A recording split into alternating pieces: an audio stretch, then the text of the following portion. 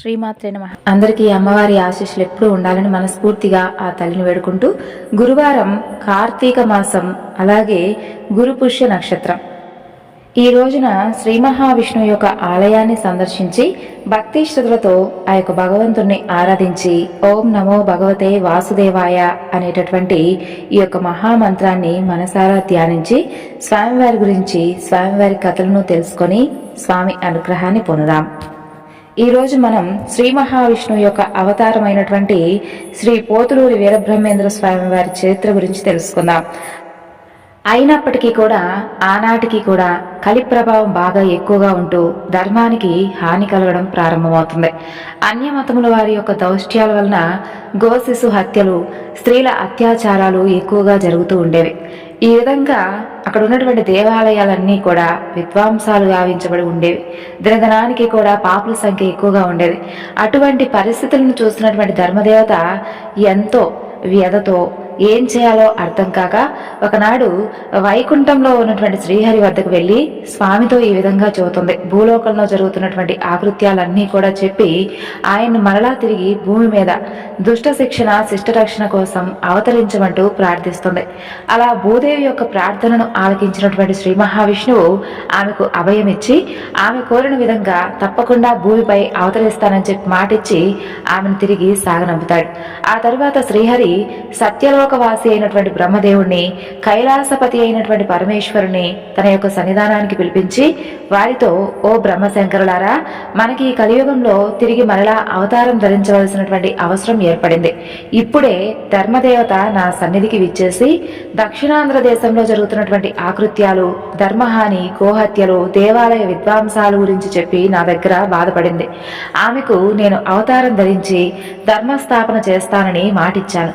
అయితే పూర్వం వలె నేనొక్కడనే అవతరిస్తే సరిపోదు, కాబట్టి మన ముగ్గురం కూడా 3 వేర్వేరు రూపాలలో అవతారాలు ధరించవలసినటువంటి అవసరం ఉంది అంటూ వారితో ఈ విధంగా చెబుతాడు. శ్రీహరి వచనాలు విన్నటువంటి బ్రహ్మశంకరులు ఇరువురు కూడా తాము కూడా అవతారాలను ధరించేందుకు సిద్ధపడి ఏ అవతారాలు ధరించాలో తెలియజేయమంటూ శ్రీహరిని ప్రార్థిస్తారు. అప్పుడు శ్రీహరి బ్రహ్మను చూసి, ఓ సత్యలోక నాయక బ్రహ్మదేవ, నీవు దక్షిణాపదంలో విశ్వాత్మకుడు అనేటటువంటి విశ్వబ్రాహ్మణ దంపతులకు అన్నాజయ్య అనేటటువంటి పేరుతో వారి కుమారుడిగా అవతరించు. ఆ తరువాత నీవు బ్రహ్మానందుడు అనేటటువంటి పేరుతో క్షేత్రాలన్నీ కూడా తిరిగి ధర్మబోధ చేస్తూ అందరినీ ఉద్ధరిస్తూ జీవితాన్ని కొనసాగించు అని చెప్పి చెబుతాడు. తరువాత పరమేశ్వరుని చూసి, ఓ సాంబశివ, నీవు వారణాసి పట్టణాన్ని ఏలేటటువంటి విజయసింగు అనేటటువంటి రాజుగారింట్లో ఆనందయోగిగా అవతరించని చెప్పి వారితో ఈ విధంగా చెబుతాడు. నేను ఆంధ్రదేశమున త్రిలింగ దేశం అనేటటువంటి దేశంలో ఆ యొక్క ప్రాంతంలో ఉన్నటువంటి నందికొండ అనే నగరంలో పాపాగ్ని అనేటటువంటి మఠం ఉంది. ఆ మఠంలో నివసిస్తూ నిరంతరం కూడా హరిభక్తి కలిగి ఉన్నటువంటి యనమదల వీరభోజాచార్యుడు, వీరపాపమాంబ అనేటటువంటి విశ్వబ్రాహ్మణ పుణ్య దంపతులు ఉన్నారు. వారికి కుమారుడిగా నేను అవతరించబోతున్నాను. భూలోకంలో నేను వీరంబోట్లు, వీరప్ప, వీరబ్రహ్మం అనేటటువంటి పేర్లతో వ్యవహరింపబడతాను. అలా కాలక్రమంలో నేను మహా తపోనిష్ట గరిష్ఠుడైనటువంటి గొప్ప తపస్వినై నా తల్లి అయినటువంటి వీరపాపమాంబకు జ్ఞానోపదేశం చేసి హరిహరపురం అనేటటువంటి ప్రాంతంలో ఆనందాశ్రమంలో సూర్యోపాసన చేస్తూ ఉంటాను. ఇక మీరు మీ లోకాలకు వెళ్ళి మీ అవతారాలు ధరించేందుకు సిద్ధంగా ఉండండి అని చెప్పి చెబుతాడు. అంతటా బ్రహ్మదేవుడు అలాగే పరమేశ్వరులు ఇరువురు కూడా శ్రీహరి వచనాలను విని ఆయనకు నమస్కరించి తిరిగి వారి వారి లోకాలకు వెళ్ళిపోతారు. ఇక ఆది మధ్యాంతరహితుడైనటువంటి శ్రీహరి బ్రహ్మాండపురవాసులైనటువంటి ప్రకృతాంబ పరిపూర్ణాచార్యులకు పుత్రుడై స్వామివారు అవతరిస్తాడు. ఇక ప్రకృతాంబ అలాగే పరిపూర్ణాచార్యులు విశ్వబ్రహ్మ వంశకులు. ఆ తర్వాత ఆ దంపతులు సంతానహీనులై ఎంతో బాధపడుతూ ఉండేవారు. అలా అయితే ఒకనాడు ఈ యొక్క ప్రకృతాంబ భర్త అయినటువంటి పరిపూర్ణాచార్యుల వారికి నమస్కరించి, ప్రాణవల్లభ, నేను వేదవాక్యాన్ని ఒకటి వినున్నాను. అదేమిటంటే అపుత్రస్య గతిర్నాస్తి అని అన్నారు కదా, కాబట్టి మనకు సంతాన ప్రాప్తికై ఏదైనా కానీ తీర్థయాత్ర అయినా చేద్దామని చెప్పి నా అంతరాత్మ హెచ్చరిస్తుంది. కాబట్టి మనం 1 సంవత్సర కాలం పాటు తీర్థయాత్ర చేస్తూ అటు స్వామివారి దర్శనం చేసుకున్నట్లుగా ఉంటుందని చెప్తుంది. ఇక ఆమె భర్త కూడా అందుకు అంగీకారం తెలియజేస్తాడు. అలా ఆ దంపతులు మంచి రోజు నిర్ణయించుకొని ఒక మంచి శుభలగ్నమున ప్రయాణమై తీర్థయాత్ర చేస్తూ అనేక రోజుల పాటు పలు యాత్రలు చేస్తూ పుణ్యతీర్థాలన్నీ కూడా చూసుకుంటూ పవిత్ర నదీ తీరాలన్నీ కూడా చక్కగా చూస్తూ స్నానమాడి మహాపుణ్యక్షేత్రమైనటువంటి కాశీ క్షేత్రానికి చేరుకుంటారు. అక్కడ కొన్నాళ్ళు ఉండగా ప్రకృతాంబకు గర్భధారణ చిహ్నాలు కనిపిస్తాయి. ఇక అందుకు ఆమె ఎంతో సంతోషిస్తూ ఆ సంగతి భర్తకు చూతుంది. అతను కూడా సంతోషిస్తాడు. ఇక అక్కడి నుండి వారు ప్రయాణమై జన్మస్థానానికి వెళ్దామని చెప్పి వెళ్తూ ఉండగా ఒకానొక అడవిలో నిర్జన ప్రదేశమైనటువంటి ఒక ప్రదేశంలో ప్రకృతాంబకు ప్రసవ వేదన ప్రారంభమై ఒక మగ శిశువును ప్రసవిస్తుంది. ఆ అడవిలో అత్రి మహర్షి ఆశ్రమం నేర్పరచుకుని తపాన్ని ఆచరిస్తూ శిష్యులకు వేదసారమును గురించి బోధిస్తూ ఉండేవాడు. అయితే ఆ యొక్క మునీంద్రుడు ఒకనాడు స్నానార్థమై నది వద్దకు వెళ్తాడు. ఆ నది వద్ద ఒక ఆవిడ, ఒక దీనురాలు దుఃఖిస్తూ ఉంటుంది. పక్కన ఒక శిశువు ఉంటుంది. తల్లి, నువ్వెవరు? ఎందుకు ఈ విధంగా ఈ యొక్క ఘోరమైనటువంటి అడవికి వచ్చావు? నీ భర్త ఎవరు? అసలు ఈ శిశువు ఏమిటి? ఇక్కడికి ఎందుకు రావాల్సినటువంటి పరిస్థితి ఏర్పడింది? ఇంతకు ముందే ఈ శిశువు జన్మించిందా, లేదంటే ఇక్కడికి వచ్చిన తర్వాత జన్మించావా? ఏమిటి ఈ సంగతులన్నీ కూడా నాకు వివరించు అని అడుగుతాడు.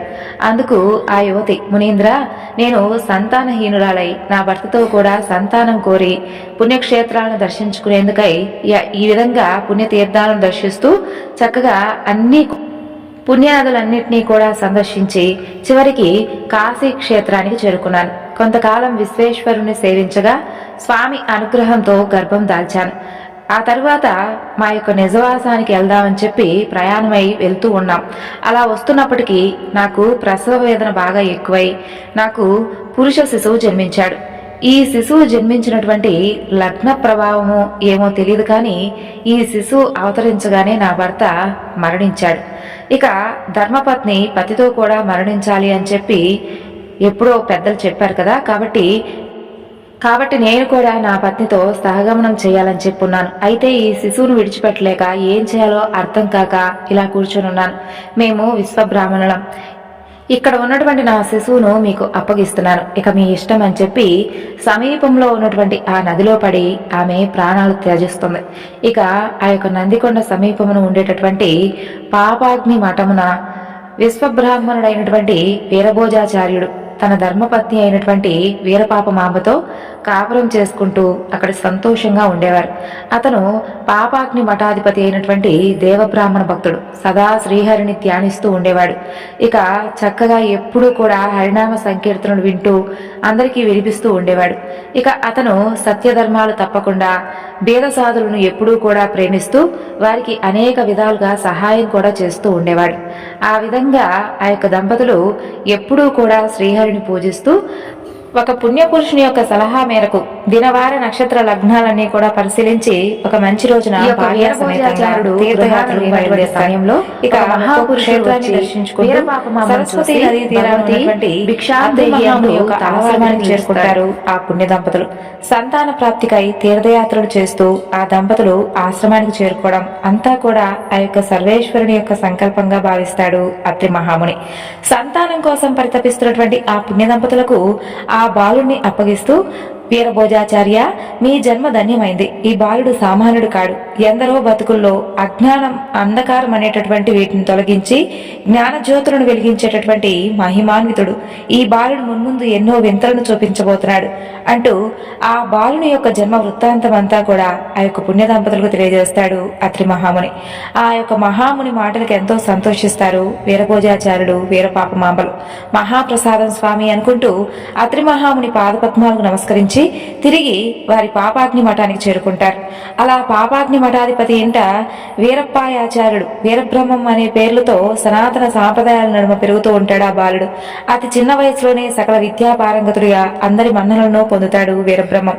అంతేకాదు, ఆ చిన్న వయసులోనే చక్కగా కాళికాంబపై సప్తశతి రచించి అందరినీ కూడా ఆశ్చర్యానికి గురి చేస్తాడు. ఆ రకంగా వీరభోజాచార్యుడు, వీరపాపమాంబల ఆలనా పాలనలో వీరబ్రహ్మం అల్లారు ముద్దుగా పాపాగ్ని పాపాగ్ని మఠంలో పెరుగుతూ ఉంటాడు. అలా అతను తన యొక్క 10వ ఏటకు వచ్చేసరికి పాపాగ్ని మఠాధిపతి అయినటువంటి వీరభోజాచార్యుడు స్వర్గస్థులవుతారు. ఆ క్షణంలో పతి వియోగ దుఃఖాన్ని భరించలేక పతితో సహా సహగమనానికి సిద్ధపడుతుంది ధర్మపత్ని అయినటువంటి వీరపాపమాంబ.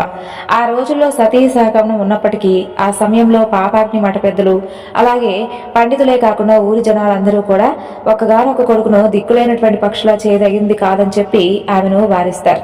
ఆ తర్వాత భర్తకు చేయవలసినటువంటి అపరక్రియలన్నింటినీ కూడా చక్కగా ముగించి తన కుమారుణ్ణి కళ్ళలో పెట్టుకుని చూసుకుంటూ కాలక్రమంలో పతివియోగ దుఃఖాన్ని మర్చిపోతుంది వీరపాపమాంబ. అలా కాలక్రమంలో మరో 2 ఏళ్లు దొరికిపోతాయి. వీరబ్రహ్మానికి 12 ఏళ్ల వయసు వస్తుంది. అయితే ఆ వయసులో అతనికి మరింత జ్ఞానం సంపాదించడానికై దేశ సంచారం చేయాలనేటటువంటి కోరిక కలుగుతుంది. తనలో కలిగినటువంటి కోరికను తల్లికి తెలియపరిచి ఆశీర్వదించమంటూ అడుగుతాడు వీరబ్రహ్మ. కుమారుడి మాటలు విన్నటువంటి తర్వాత ఆ తల్లి నివ్వెరబోతుంది. అతని మాటలకు ఆమె కళ్ళల్లో బాధ వీచికలతో నిండిపోతాయి. ఆ తరువాత కాసేపటికి తేరుకుని, నాయనా కుమార, 12 ఏళ్లకే దేశ సంచారమా? నీకు ఈ బుద్ధి ఎలా కలిగిందిరా? ఇప్పుడు నీ తండ్రి పరమాత్ముని సన్నిధికి చేరుకున్నాడు, నువ్వేమో ఈ విధంగా దేశ సంచారం అంటున్నావు. నిన్నే ప్రాణంగా కళ్ళల్లో పెట్టుకుని మరీ నేను ఒంటరిగా బతుకుతూ ఉన్నాను, తెలిసిందే కదా. మఠాధిపత్యం స్వీకరించవలసినటువంటి నీవు ఇలా నీ తల్లిని వదిలిపెట్టి దేశాటను బయలుదేరడం న్యాయమా నాయనా అంటూ పుత్రుడి మీద ఉన్నటువంటి మమకారంతో శోకసంద్రంలో మునిగిపోతుంది వీరపాపమాంబ. ఆ విధంగా ఆమె భవబాంధాలపై పెంచుకున్నటువంటి తాపత్రయాన్ని చూసి చిన్నగా నవ్వుకుంటాడు వీరబ్రహ్మం. ఆ సమయంలో ఆమెను అనేక విధాలుగా అనునయించి జ్ఞానబోధ చేస్తాడు.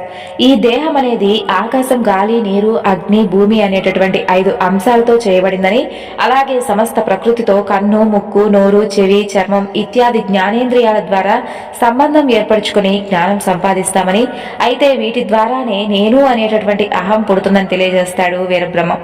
ఆ సందర్భంగానే పుట్టిందే బుద్ధి అనేది.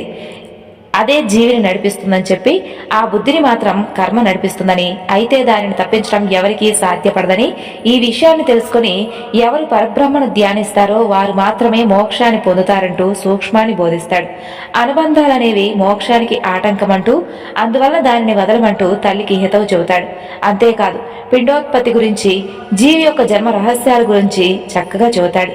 స్త్రీ పురుషుల సంభోగం ఒక పవిత్ర కార్యమని, ఆ క్రమంలో శుక్రశోణితంతో స్త్రీ గర్భధారణ గావించాక గర్భం ధరించినటువంటి ప్రతి నెలలో అలాగే కడుపులో శిశువు ప్రాణం పోసుకునే విధానాన్ని కళ్ళకు కట్టినట్లుగా వివరిస్తాడు. ఆ క్షణంలో వీరపాపమాంబకు ఆగామి ప్రారబ్ధ సంచిత కర్మ సిద్ధాంతం గురించి వివరంగా తెలియజేసి ఆమెకు మాయతెరను తొలగించి లోక కళ్యాణార్థం దేశాటనకు బయలుదేరుతాడు వీరబ్రహ్మ. ఆ తరుణంలో తనను పెంచి పెద్ద చేసినటువంటి వీరపాపమాంబపై ప్రేమతో తన యొక్క దివ్యరూప దర్శనం చూసేటటువంటి భాగ్యాన్ని కల్పిస్తాడు. సాక్షాత్తు శ్రీహరి అంశ అయినటువంటి ఈ యొక్క వీరబ్రహ్మేంద్ర స్వయంవర్. ఆ విధంగా దేశ సంచారానికి బయలుదేరినటువంటి అతను దక్షిణాన శ్రీరంగం, చిదంబరం, రామేశ్వరం ఇలా ఎన్నో దివ్యక్షేత్రాలను సందర్శించుకుంటూ అక్కడ భక్తులకు జ్ఞానబోధ చేస్తూ హరిహరపురానికి చేరుకుంటాడు. అక్కడ ఒక నిర్జన ప్రదేశంలో తపోదీక్ష వహించి సూర్యోపాసనుడై ఆనందంతో ఎంతో సంతోషంగా ఉంటాడు వీరబ్రహ్మం. అలా ఉండగా కలియుగ కైలాసంగా పేరుగాంచినటువంటి కాశీపట్నాన్ని విజయసింగు అనేటటువంటి రాజు పరిపాలిస్తూ ఉండేవాడు. అయితే ఆ విజయసింగు ఎన్ని సంపదలున్నా సంతాన భాగ్యం లేకపోవడంతో ఎప్పుడూ కూడా విచారం చెందుతూ ఉండేవాడు. సంతానం కోసం భార్యతో సహా ఎన్నో వ్రతాలు చేయడమే కాకుండా మరెన్నో తీర్థయాత్రలు చేసి వస్తాడు. అయినా అతని కోరిక మాత్రం ఫలించదు. చివరకు సంతానం కోసమై సతీ సమేతంగా కైలాసపతి అయినటువంటి ఆ యొక్క పరమేశ్వరుని నిత్యం కూడా సేవించుకుంటూ కాలం గడుపుతూ ఉంటాడు. ఆ తర్వాత కొన్నాళ్లకు పార్వతీ వల్లభుని యొక్క కృపతో విజయసింగు భార్య గర్భం దాలుస్తుంది. 9 మాసాలు నిండిన తర్వాత ఒక శుభదినమున ఈశ్వర సంభూతుడైనటువంటి 12 మగబిడ్డకు జన్మనిస్తుంది. ఆ క్షణంలో ఆ యొక్క దంపతుల ఆనందానికి అవధులు లేకుండా పోతాయి. ఆ బాలుని రాకతో ఆ గృహం ఆనందాల హరివిలుగా మారుతుంది. తమను ఆ రకంగా ఆనంద సాగరంలో ఉంచినటువంటి ఆ బాలుడకు ఆనందుడు అనేటటువంటి పేరు పెడతారు. ఇక కాలక్రమంలో ఆనందుడు ఆనంద సింగుగా పిలువబడతాడు. కొంతకాలం అయ్యాక గురుకులంలో సకల విద్యలు నేర్చుకుని తిరిగి స్వగృహానికి చేరుకుంటాడు. సకల విద్యాపారంగతుడైనటువంటి తమ కుమారుని చూసి సంతోషంతో పొంగిపోతారు ఆ దంపతులు. ఆ సందర్భంలో తన కుమారుడికి చక్కగా క్షత్రియోచితమైనటువంటి విద్యలన్నింటినీ కూడా నేర్పి వీరుడిగా తీర్చిదిద్దుతాడు విజయ్ సింగ్. ఆ విధంగా కాలక్రమంలో ఆనంద్ సింగ్ కు 18 సంవత్సరాల వయసు వస్తుంది. అటువంటి సమయంలో తన కుమారుడికి పట్టాభిషేకం చేయాలని చెప్పి ఆస్థాన జ్యోతిష్కులను పిలిపించి అందుకు తగినటువంటి ముహూర్తం చూడమంటూ చెబుతాడు. అయితే సకల విద్యాపారంగతుడైనటువంటి ఆ ఆనంద్ సింగ్ జాతకం చూడగానే ఆశ్చర్యపోతారు ఆస్థాన జ్యోతిష్కులు. మహారాజా మన్నించండి, తమ కుమారుడి జాతకంలో ఏ విధంగా చూసినా కూడా అతనికి రాజయోగం అయితే కనిపించడం లేదు, కానీ భవిష్యత్తులో అతను ఒక గొప్ప యోగి అవుతాడు అని మహారాజుకు వినవిస్తారు ఆస్థాన జ్యోతిష్కులు. ఆ మాటలు విన్నటువంటి విజయ్ సింగ్ కూడా ఆశ్చర్యపోతాడు. ఆ తరువాత ఇదంతా కూడా ఈశ్వరేచ్ఛ అని భావించి ఊరుకుంటాడు. అలా ఉండగా ఒకనాడు ఆనంద్ సింగ్ తన మిత్రులతో కలిసి అడవిలోకి వేటకు వెళ్తాడు. ఆ సమయంలో అడవిలో ఒక మడుగు దగ్గరకు ఒక ఆవు నీళ్లు తాగడానికి వస్తుంది. అయితే అంతవరకు మడుగు పక్కన పొదచాటును దాగున్నటువంటి ఒక పెద్ద పులి ఆ ఆవును చంపడానికి అకస్మాత్తుగా దానిపైకి దూకుతుంది. అదే సమయంలో అటుగా వెళుతున్నటువంటి ఆ సంఘటనను చూస్తాడు ఆనంద్ సింగ్.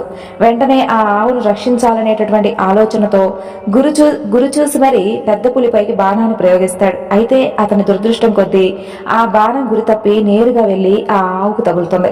బాణం తగిలిన మరుక్షణంలో ఆ ఆవు గిలగిలా తన్నుకుంటూ ప్రాణాలు విడుస్తుంది. ఆ దృశ్యం చూసి చలించినటువంటి ఆ పిల్లవాడు ఒక్కసారిగా ఉన్న చోటే కుప్పకూలిపోతాడు. గోహత్య చేసి పాపాన్ని మూటగట్టుకున్నానని దుఃఖిస్తూ ఉంటాడు. అయితే ఇది తెలియక జరిగినటువంటి తప్పిదం, మీకు ఎటువంటి దోషం అంటదు, కాబట్టి తమరు దుఃఖించవలదంటూ తోడుగా వచ్చినటువంటి మిత్రులందరూ కూడా ఓదారుస్తారు. ఆ తర్వాత అందరూ కలిసి రాజ్యానికి చేరుకుంటారు. ఈ విషయాన్ని తెలుసుకున్నటువంటి విజయ్ సింగ్ చాలా బాధపడతారు. తర్వాత తన కుమారుడు తెలియక చేసినటువంటి ఆ తప్పుకు పరిహారంగా ప్రాయశ్చిత్తం చెప్పమంటూ పండితులను కోరుకుంటాడు.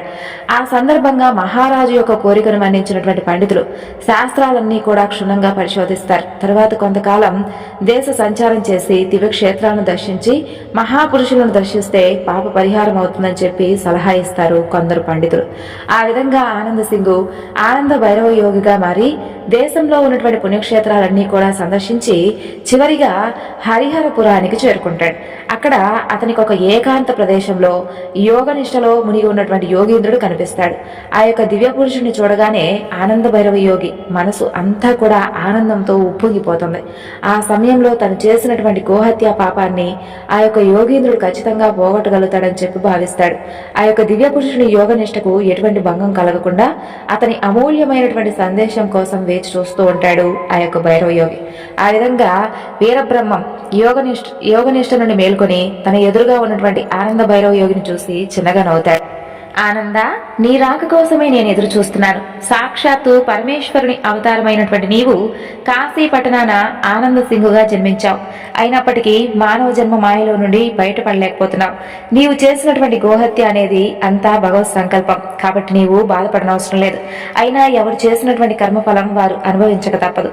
నీవు ఈ జన్మ ఇక నీవు చాలించేటటువంటి అవసరం ఉంది. మరు జన్మలో మహమ్మదీయుని ఇంట సిద్ధుడిగా జన్మించు. నీ పాతకం వీడిపోతుంది. అంతవరకు నేను నీ కోసం ఎదురు చూస్తూ ఉంటానంటూ అతని జన్మ వృత్తాంతం తెలియజేసి ఆనంద భైరవ యోగికి జ్ఞానబోధ చేస్తాడు వీరబ్రహ్మం.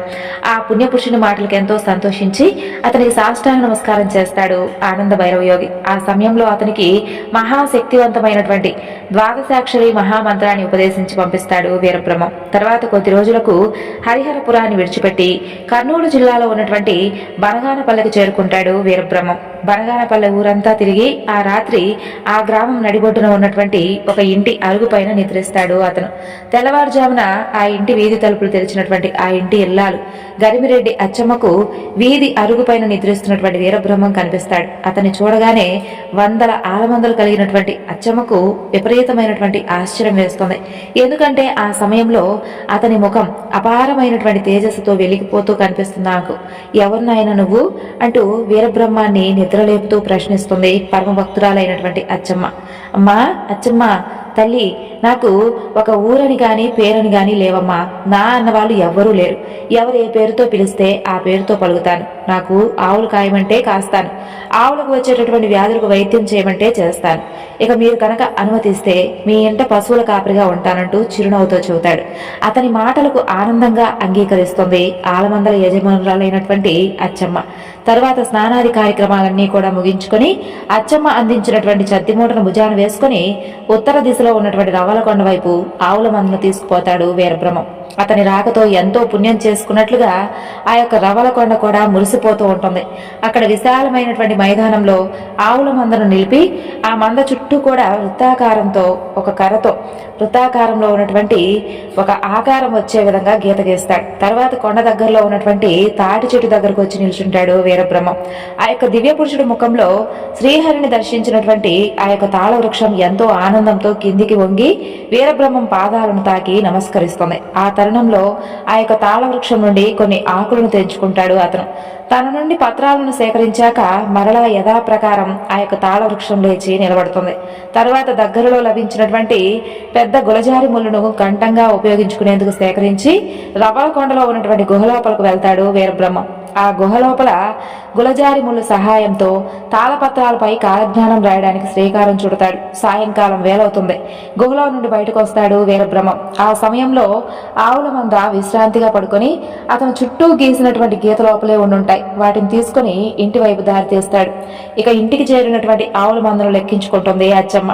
అలాగే వీరబ్రహ్మం మేపుకు వచ్చినటువంటి ఆ యొక్క ఆవుల కడుపు నిండుగా ఉండడం చూసి ఎంతో సంతోషిస్తుంది. ఈ విధంగా ప్రతిరోజు కూడా ఆ యొక్క ఆవుల మందను మేత కోసం రవలకొండకు తీసుకుని వెళ్లేవాడు వీరబ్రహ్మం. అలా రవలకొండ గుహలోని 3 సంవత్సరాల పాటు కాలజ్ఞాన రచన కూడా సాగిస్తాడు.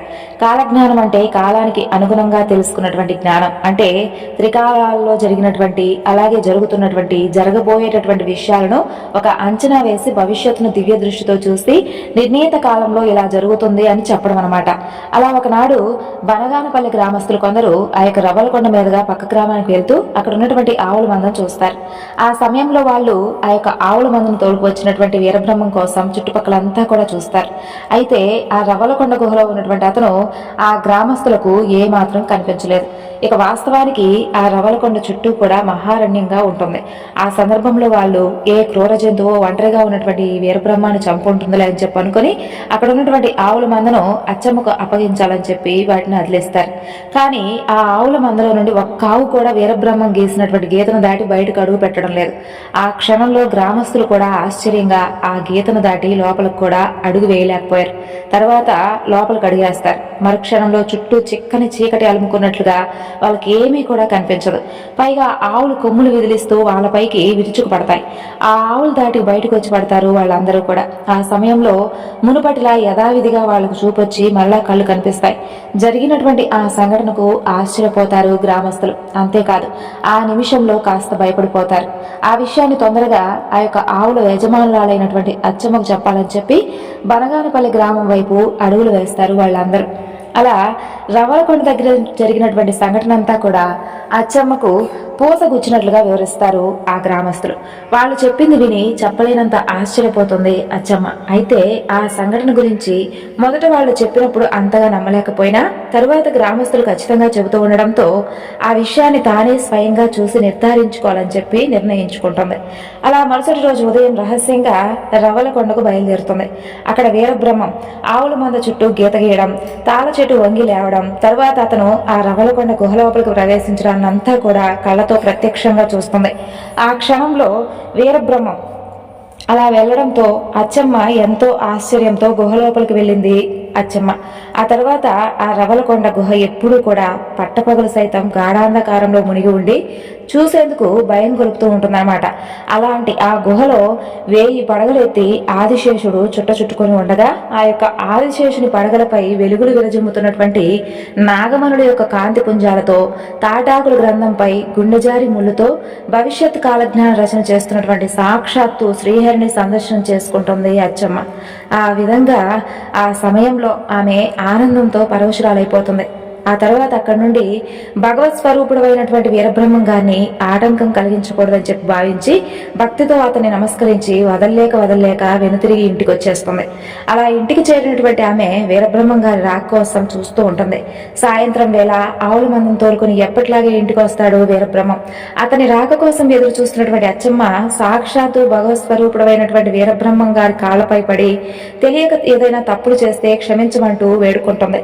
ఆ క్షణంలో చిరునవ్వు చిరునవ్వుతో ఆమె వైపు చూసి పరమభక్తురాలైనటువంటి అచ్చమ్మకు తన అనుగ్రహాన్ని ప్రసాదిస్తాడు వీరబ్రహ్మం గారు. ఆ తర్వాత ఆమె కోరిక మేరకు ఆ దంపతులిరువురికి పుణ్యతీర్థమైనటువంటి యాగంటి కొండపైన కాలజ్ఞాన్ని ఉపదేశిస్తాడు.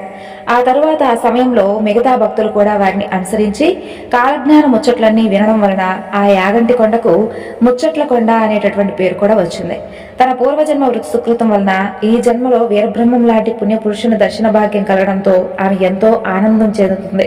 ఇక ఆ తరువాత వీరబ్రహ్మం గారి దగ్గర గురోపదేశం కూడా పొందుతుంది అచ్చమ్మ. తరువాత ఆ బనగానపల్లిలో నిత్య యోగాసనాల తపోచర్యల కోసం ఏకాంతవాసంగా ఒక మఠాన్ని వీరబ్రహ్మం గారికి నిర్మించేస్తుంది. ఆ మఠంలో ఒక శివలింగాన్ని ప్రతిష్ఠిస్తారు వీరబ్రహ్మం గారు. అటువంటి తరుణంలో ఒకనాడు వీరబ్రహ్మం గారికి సేవ చేస్తూ గుడ్డివాడైనటువంటి తన కుమారుడు బ్రహ్మానంద రెడ్డికి చూపు వచ్చే విధంగా అనుగ్రహించమంటూ వేడుకుంటుంది అచ్చమ్మ. ఆ సమయంలో ఆమె కోరికను మన్నించి బ్రహ్మానంద రెడ్డి తాలూకు పూర్వజన్మ వృత్తాంతాన్ని తన యొక్క దివ్య దృష్టితో దర్శిస్తాడు. తల్లి అచ్చమ్మ, నీ కుమారుడు గత జన్మలో పుణ్యాత్మురాలైనటువంటి తన భార్య కనుగుడ్లను వేళ్లతో పొడిచి ఆమెను అంధురాలను చేశాడు. ఆనాటి పాప ఫలితం కారణంగా ఈ జన్మలో గుడ్డివాడిగా జన్మించి ఈ విధంగా పాపాన్ని అనుభవిస్తున్నాడు. కర్మఫలం ఎంతటి వారికైనా అనుభవించక తప్పదు కదా. అయితే నీ వంటి పుణ్యాత్మురాలు గర్భాన జన్మించినందువలన నీ కుమారుడి కర్మఫలం తీరిపోయింది అంటూ బ్రహ్మానంద రెడ్డి యొక్క జన్మ వృత్తాంతాన్ని ఆమెకు సవివరంగా తెలియజేస్తాడు. అది విన్నటువంటి ఆ యొక్క పుణ్యపురుషుని పాదాలను తాకుతుంది అచ్చమ్మ. తరువాత బ్రహ్మానంద రెడ్డి కన్నులను తన యొక్క అమృత హస్తాలతో తాగుతాడు వీరబ్రహ్మం గారు. మరుక్షణమే గుడ్డివాడైనటువంటి అతనికి చూపు వస్తుంది. ఆ సమయంలో తనకు చూపు వచ్చినటువంటి సందర్భంగా ఆనంద తాండవం చేస్తాడు బ్రహ్మానంద రెడ్డి. తర్వాత వీరబ్రహ్మం పాదాలకు సాష్టాంగ ప్రణామం చేసి ధన్యుడవుతాడు. తనకు చూపును ప్రసాదించినటువంటి ఆ పుణ్యపురుషుణ్ణి మహత్యాలను చుట్టుపక్కల గ్రామాల్లో విపరీతంగా ప్రచారం చేస్తాడు. అయితే ఈ విషయం ఆ నోట ఈ నోట పడి చివరకు బనగానపల్లి నవాబు గారి చెవులకు చేరుకుంటుంది. వీరబ్రహ్మం గారి మహత్యాల గురించి అందరూ కూడా మాట్లాడుకుంటూ ఉన్నా వాస్తవానికి నవాబుకు మాత్రం సరైనటువంటి నమ్మకం కలగలేదు. అందుకే అతను మహిమాన్వితుడో లేదంటే కాదు అని చెప్పి స్వయంగా తెలుసుకోవాలని నిర్ణయించుకొని వీరబ్రహ్మం గారిని తన యొక్క దర్బారుకు పిలిపిస్తాడు. నవాబు గారి ఆహ్వానాన్ని మన్నించి దర్బారుకు వెళ్తాడు వీరబ్రహ్మం గారు. వచ్చినటువంటి వీరబ్రహ్మం గారికి స్వాగతం పలుకుతాడు. తర్వాత వీరబ్రహ్మం గారికి పాద్యాదులు ఇచ్చి తన ఇంట ఆతిథ్యం స్వీకరించమంటూ కోరుకుంటాడు. ఇక అతని కోరికను చిరునవ్వుతో మన్నిస్తాడు వీరబ్రహ్మం గారు. ఆ సమయంలో వీరబ్రహ్మం గారి మహిమలను పరీక్షింపతలిచి ఒక వెండి పళ్ళెంలో మత్స్య మాంసాహార పదార్థాల నుంచి ఆ యొక్క పదార్థాలపై వస్త్రాన్ని కప్పి అతనికి భోజనం ఏర్పాటు చేస్తాడు నవాబు. అతని అజ్ఞానానికి మనసులోనే నవ్వుకుంటాడు వీరబ్రహ్మేంద్ర స్వామి వారు. తర్వాత ఆ సేవకుడు తీసుకొచ్చినటువంటి ఆ యొక్క వెండి పళ్ళెంపై కమండలంలో నీటిని చేతిలోకి తీసుకొని చల్లుతాడు. ఆ తర్వాత వీరబ్రహ్మం గారి కోరికపై ఆ యొక్క వెండి పళ్ళెంపై ఉన్నటువంటి వస్త్రాన్ని తీస్తాడు సేవకుడు. పళ్ళెంలో ఉండవలసినటువంటి మత్స్య మాంసాహార పదార్థాలన్నీ కూడా మధుర ఫలాలుగా మారిపోతాయి. వీరబ్రహ్మం గారి మహిమకు దర్బార్లో ఉన్న వారందరూ కూడా ఆశ్చర్యపోతారు. ప్రత్యక్షంగా ఆ సన్నివేశాన్ని చూసినటువంటి నవాబుకు కళ్ళు చుట్టూ కమ్మేసినటువంటి అజ్ఞానపు పొరలన్నీ కూడా తొలగిపోతాయి. ఆ సన్నివేశం తర్వాత వీరబ్రహ్మం గారి మహత్యంపై అపారమైనటువంటి నమ్మకం ఏర్పడుతుంది. అతనికి తన తప్పు తెలుసుకొని మన్నించమంటూ వేడుకుంటాడు. ఆ సందర్భంగా బనగానపల్లి నవాబును తన యొక్క కృపాకటాక్షాలతో అనుగ్రహిస్తాడు వీరబ్రహ్మం గారు. అల్పుడునైనటువంటి తనకు జ్ఞానబోధ చేయమంటూ నవాబు అడుగుగా ఒక విచిత్రమైనటువంటి ఈత చెట్టు ఒకటి పుట్టి రాత్రుడు నిద్రపోతూ పగలు లేచి నిలబడుతుంది. అలా ఈత చెట్టు 7-8 సంవత్సరాలుండి తర్వాత ఆ చెట్టు నశిస్తుంది. అది మొదలుకొని దేశంలో తీవ్రమైనటువంటి కరువు కాటకాలు ఏర్పడతాయి. ఈ కలియుగంలో 5097వ సంవత్సరంలో ఎన్నో విశేషాలు జరుగుతాయి. ఆ యొక్క దాతృనామ సంవత్సరంలో అనేక ఊర్లలో రూపాయికి చిటికెడు బియ్యం అమ్ముతారు. అలాంటి సమయంలో జనులందరూ కూడా అరిచి చేస్తారు. అలాగే కలియుగం 5000 సంవత్సరాలు గడిచేసరికి గరిమిరెడ్డి అచ్చమ్మ వంశంలో ఒక్కరు కూడా మిగలరు. ఆ వంశానికి ఆస్తి అయినటువంటి ఆవుల మందులో ఒక్క ఆవు కూడా కనబడదు. అంతేకాదు బనగానపల్లిలో నవాబు పాలన కూడా ఆదాయం లేక క్రమక్రమంగా అంతరించిపోతుంది అంటూ అతని జ్ఞానబోధ చేసి శిష్యుడిగా తనని స్వీకరిస్తాడు వీరబ్రహ్మేంద్ర స్వామి వారు. ఆ సందర్భంలో 70 ఎకరాల భూమిని దానం చేసి దానిని మఠం నిర్వహణకు ఉపయోగించవలసిందిగా వీరబ్రహ్మం గారిని కోరాడు బనగానపల్లి నవాబు. అలా ఆ తరువాత ఆ యొక్క గ్రామ ప్రజలందరినీ కూడా వెంటబెట్టుకుని వెళ్లి రవలకొండ గుహలో తాను రచించి ఉంచినటువంటి తాళపత్ర కాలజ్ఞాన గ్రంథాలన్నింటినీ కూడా పల్లకిలో పెట్టించి గ్రామం నడిబొడ్డుకు తీసుకుని వచ్చారు వీరబ్రహ్మేంద్రం గారు. అక్కడ ఒక పాత్ర త్రవ్వించి అందులో తాను రచించినటువంటి కాలజ్ఞాన గ్రంథాలలో 3 భాగాలను స్థాపితం చేసి ఒక భాగాన్ని తన వద్దే ఉంచుకుంటారు. అలాగే ఆ యొక్క పాత్ర పైన ఒక చింత చెట్టు నాటి, ఓ బనగానపల్లె ప్రజలారా, మీ గ్రామానికి ఏదైనా ప్రమాదం రాబోతున్నప్పుడు ఈ యొక్క చింత చెట్టు 2 కొమ్మల మధ్య నుంచి చీము నెత్తురు కారుతుంది. ఆ సమయంలో మీరు మహా నైవేద్యం చేసి ఈ చెట్టును పూజించండి. అప్పుడు మీకంతా కూడా శుభం చేకూరి ఈ యొక్క చీము నెత్తురు, ఈ యొక్క ద్రవాలన్నీ కూడా క్రమంగా పసుపు కుంకుమలుగా మార్పు చెందుతుంది. అలాగే నేను వీరభోగ వసంతరాయలుగా వచ్చే ముందర ఈ యొక్క చింత చెట్టుకు చామంతి పూలు పోస్తాయి. అంతవరకు ఈ యొక్క కాలజ్ఞానాన్ని ఎవరూ కూడా తాకలేరు. ఇది మీ గ్రామస్తులకు నేను ఇస్తున్నటువంటి వరం అంటూ బనగానిపల్లి గ్రామస్తులకు తెలియజేస్తాడు వీరబ్రహ్మం గారు. ఆ విధంగా అమృత తుల్యమైనటువంటి స్వామివారు చెప్పినటువంటి మాటలన్నిటికీ కూడా ఎంతో సంతోషిస్తారు బనగానపల్లె వాసులు. ఈరోజు ఈ వీడియో ద్వారా పోతులూరి వీరబ్రహ్మేంద్ర స్వామి వారి చరిత్రలో కొంత భాగం అయితే తెలుసుకున్నామండి. మరొక వివరణతో మరలా స్వామివారి యొక్క చరిత్రలో ఉన్నటువంటి విశేషాల గురించి తెలుసుకుందాం. సర్వం శ్రీ లలితార్పణమస్తు. స్వస్తి.